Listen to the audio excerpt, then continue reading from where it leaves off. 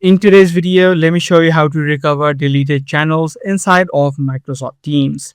If you previously deleted any sort of channels and if you now want to recover it, this is going to be an easy process. All you want to do is head over to the Teams section, and inside of any sort of Teams, make sure you're inside of the channels option. So if you are on any other tab, make sure you come over to the channel section.